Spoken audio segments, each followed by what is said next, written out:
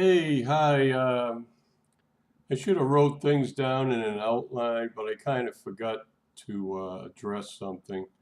Uh, I was complimented by my counselor, and actually, I hadn't seen her in 9 weeks. It was 7 weeks since I got my hair colored. Okay, so 2 weeks after my last meeting with her, I got my hair colored, so she didn't see my new hair color.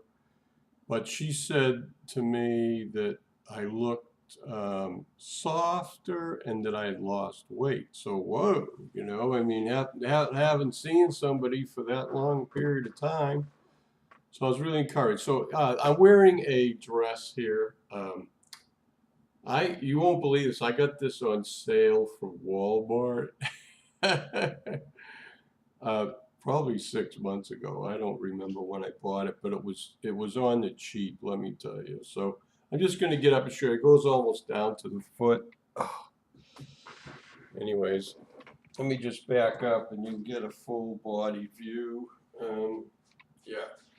So it's kind of like a navy blue striped, green and white striped dress, and anyways, I just want to show you that I have been losing some weight in my waist and caboose area and in my legs. My legs have gotten a little thinner. So, but surprisingly, in 2 months, I really haven't lost hardly any weight, probably 5 pounds. So I don't know. I lost inches. Um, my waist and hips and chest area is a little smaller, inches wise, maybe 1 or 2 inches. But my weight stayed almost the same. Well, maybe I lost 5 pounds. I don't know, but it's incredible, I mean, I don't know. And I really haven't been exercising much and working out, like swimming and riding a bike. So I don't know. I just feel like I'm a little fatter than I was, but no, I don't understand. So, but definitely there are some changes to me. We talked about that too. I have noticed that my hair is growing a little faster. Um, it seems like the whiskers on my beard have reduced, but not, not going, that's not going to go away. But the rapidity of the hair growing on my forearms and hands seems to have gone up. And actually, places where I never grew hair before in my thighs and below my knees, I have some stubble there.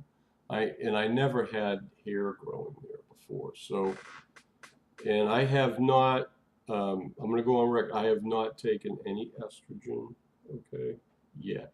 Okay, so um, I was considering self-medicating, but I'm going to wait, and there's no rush for this, although, I want to see some progress. And so apparently the increased dose of spironolactone is negating some of the effects of my testosterone. Although my testosterone levels are still in the normal male range at the very bottom, the low end. But I mean,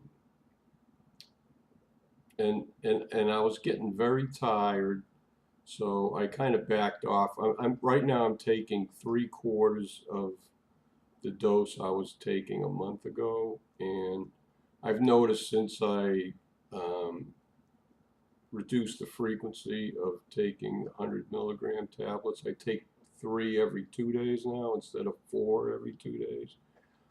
But I feel like I'm more energetic. Not that I'm that energetic, but I don't know how to explain it to everybody. But I was really going through a severe fatigue factor the last 2 months, and maybe the temperature of outside temperatures have kind of slacked off a little, but maybe that's had an effect. But I And I can't drink as much as I used to. And, you know, if I go to Park Place Lounge, I have a pitcher of beer, I can't drink anymore. So what I'll do is I'll switch to a mixed drink because I'm really bloated. And then I'll have Coke because I, you know, alcohol makes me very sleepy and drowsy. And, you know, I really don't get drunk. You know, I get feeling good. I'll admit that. I do get probably, but I don't drive cars. You know, I ride the buses. So if I get a little impaired, so what? I'm not driving the bus home, right?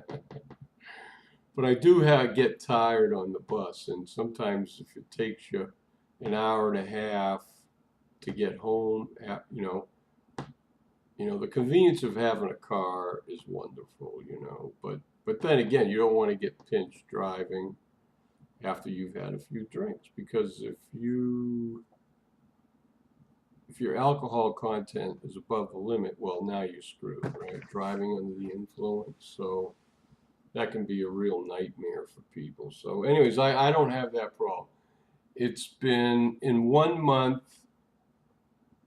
Yeah, it's September. In October, in a month from now, it'll be 5 years since I drove my own privately owned vehicle. Okay, so I guess you just get used to living without a car, you know. So basically, I walk everywhere and take the bus.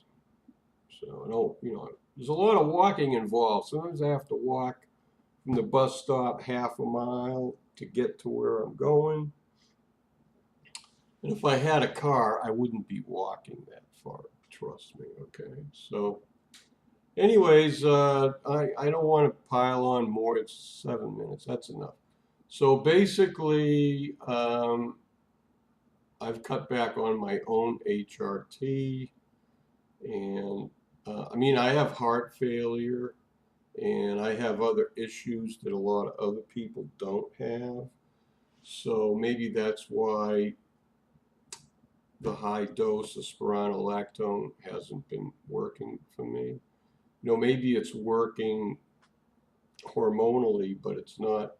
I mean, who wants to live like that? You know, I mean, being so tired and run down all the time, you don't have any energy to do anything. I can't live like that, folks. Okay, so I'm really, like I said in my previous video, I'm really encouraged that with this new doctor, and if he recognizes the supplements I can take to prevent the possibility of having blood clots form and the possibility of getting a stroke while taking natural estrogen supplements.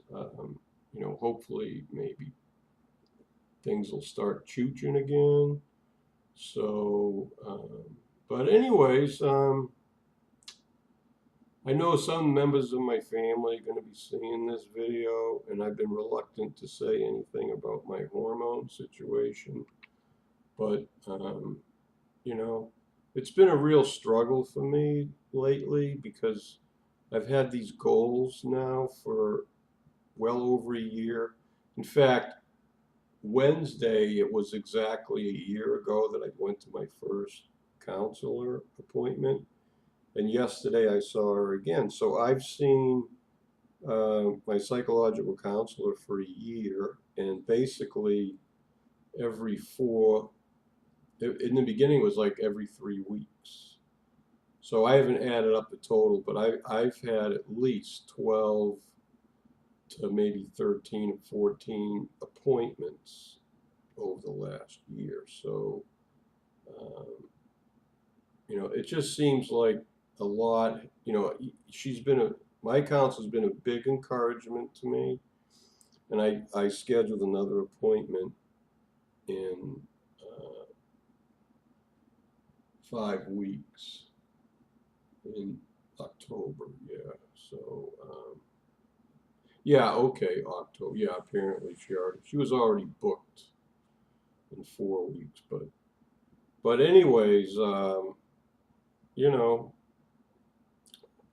sometimes I feel like my counselor is my closest friend, and to reiterate what Jen um, Fortis said, you know, you need that person to help you through the hard spots, because sometimes you're out there all alone, and there's, you know, even the people you meet day to day that are friendly in the neighborhood or at the lounge, they, you know, they're really not providing you the support. You know, you run into people and they say hi, how are you, and they're friendly, but you know, you need that support of a close friend. And sometimes, you know, the therapist is like the only friend you got.